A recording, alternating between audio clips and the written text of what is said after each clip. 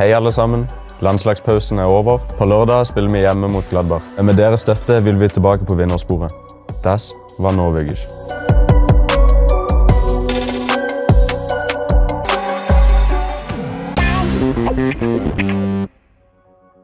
Julian, wir zeigen dir jetzt ein paar Bilder und du erzählst uns bitte, was dir spontan dazu einfällt.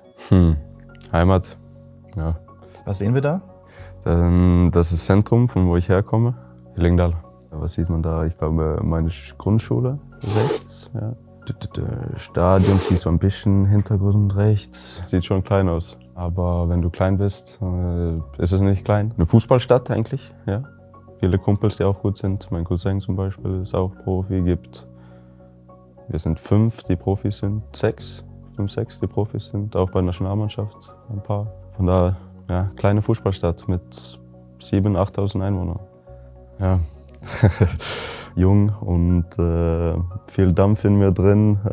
Auch manchmal so viel wie in diesem Spiel, kann ich mich immer noch erinnern, mit einer von Spartak Moskau oder so. Ja, war nicht so gut, aber ja, wenn man jung ist, muss man auch ein Zeichen setzen. Ich bin ja mit 15 da hingezogen alleine, aber erst mit 16 habe ich mich entschieden, okay, ja, jetzt musst du was machen.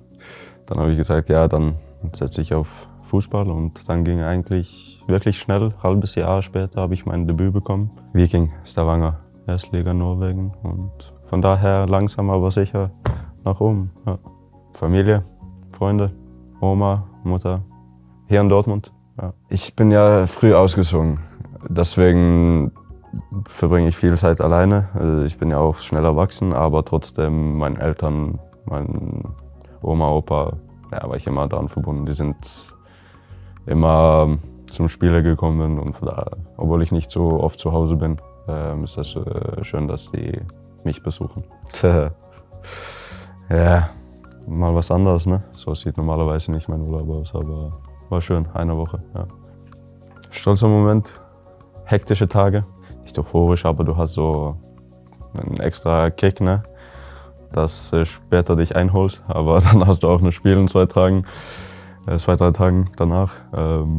Ja, hektische Tage, viele Eindrücke, auch eine gewisse Müdigkeit, viel Reisen, wenig Schlaf. Ja, aber trotzdem gute Erinnerungen. Ja, Müdigkeit. Nein, ein geiler Moment. Ja, ich glaube, das schönste Tor in meiner Profikarriere mit Abstand. Bibu bleibt hängen an Ryerson.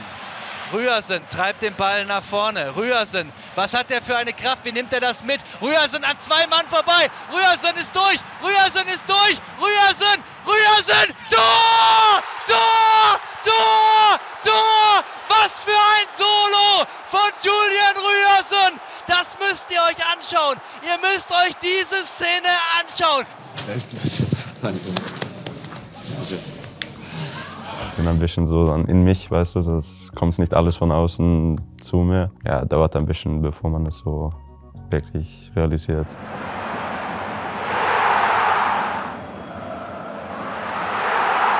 So ist Fußball, beschreibt Fußball eigentlich so ein bisschen so Hohen und Tiefen. Ja, trotzdem versuchen, so ein bisschen emotional stabil zu sein, obwohl es so schwingt. Das Max-Niveau von uns hat man auch gegen Newcastle gesehen.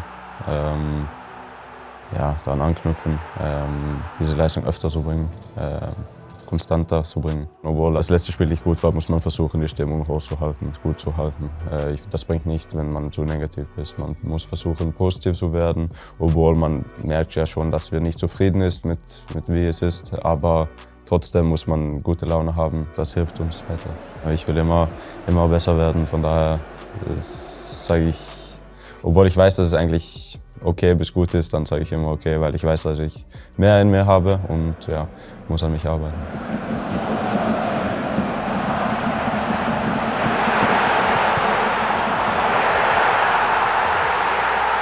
Wir haben eine sehr gute erste Hälfte gespielt, glaube ich, und dann am Ende wurde es noch enger als gehofft. Ja, zeigt ja wieder, dass man die 90 Minuten zu Ende spielen muss.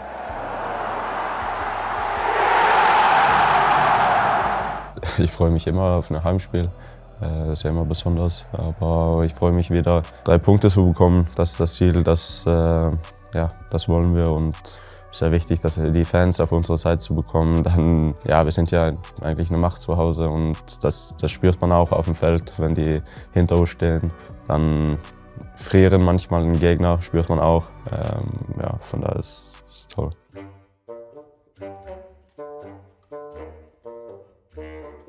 Wer läuft pro Spiel am meisten? Gregor Kobel oder Donny Malen? Das ist schlimm. Ich muss Donny sagen, ja. Ist richtig.